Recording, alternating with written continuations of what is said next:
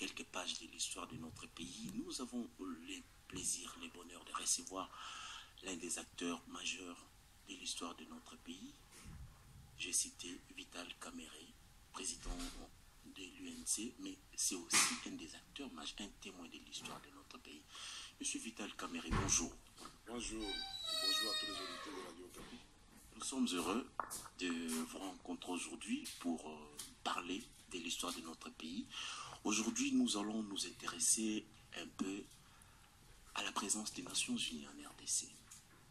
Cette présence qui ne date pas d'aujourd'hui, qui ne date pas de l'arrivée de la MONUC ou de la MONUSCO. Vous êtes d'ailleurs l'un des rares Congolais qui a eu à avoir travaillé directement avec les Nations Unies, avec l'installation de la MONUSCO. Que pouvez-vous dire sur la présence des Nations Unies en RDC? Oui, la présence des Nations Unies m'offre cette occasion pour revisiter l'histoire de notre pays. Et ça va nous permettre évidemment de voir les faiblesses et les points forts de la mission des Nations Unies au Congo.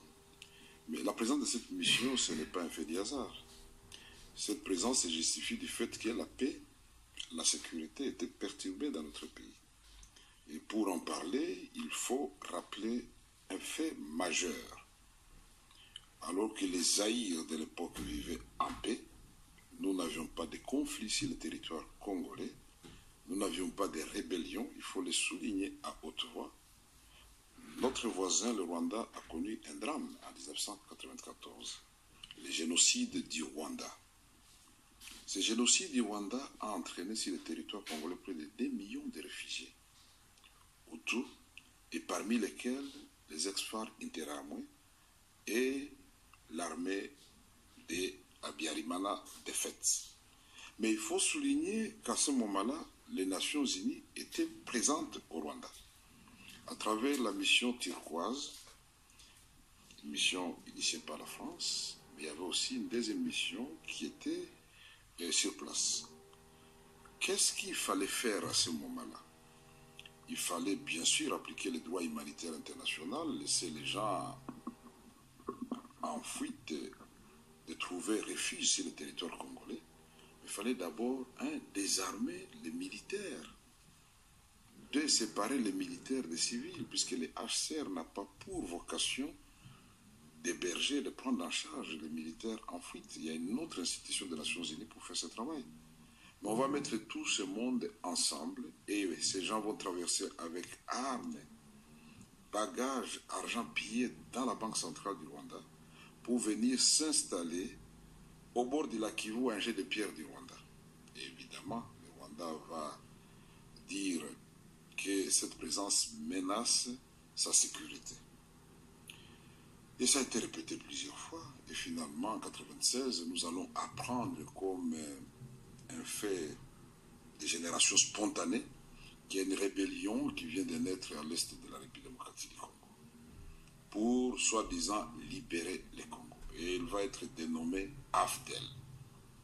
Mais ici, il faut souligner, c'est aussi ça l'histoire, que l'AFDEL est né après les troubles et l'agression de notre pays à l'Est.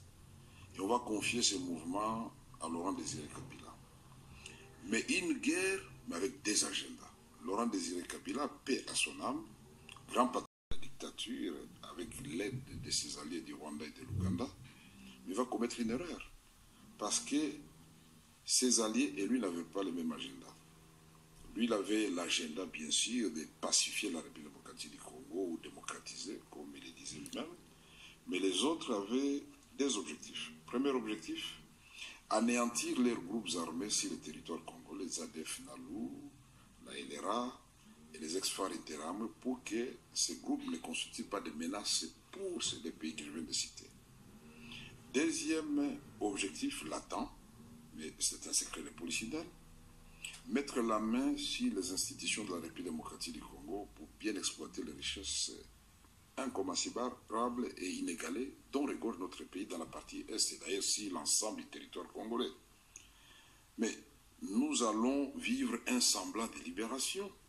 Notre joie a été de très courte durée. Les Quinoises, les Quinois et les Congolais de partout ailleurs ont acclamé Mzee Laurent Désiré Kabila et les Kadogo, les libérateurs.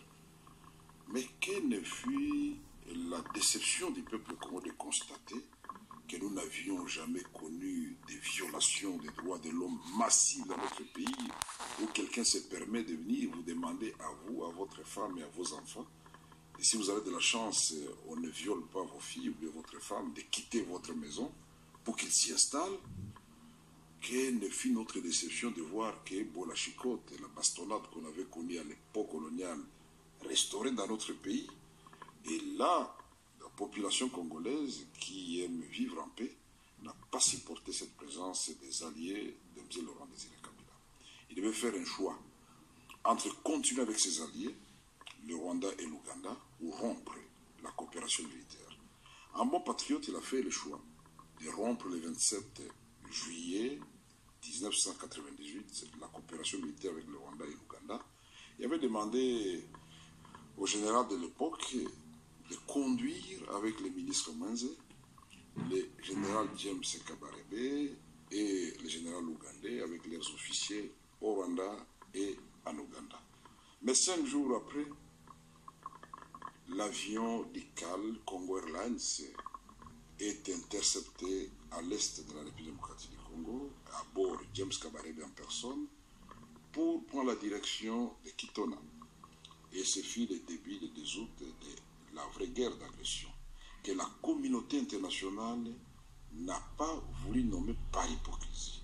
Pourquoi je dis par hypocrisie? Parce qu'elle a conscience chargée du fait qu'on a massacré 1 million de personnes à Kigali ou au Rwanda d'une manière générale, alors qu'il y avait la présence des casques bleus sur place, n'ont pas pu arrêter cette tragédie que nous condamnons tous aujourd'hui.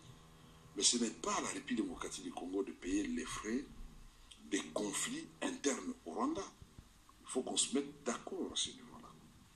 Et donc, ces forces vont avancer comme sur un boulevard, et je vous dis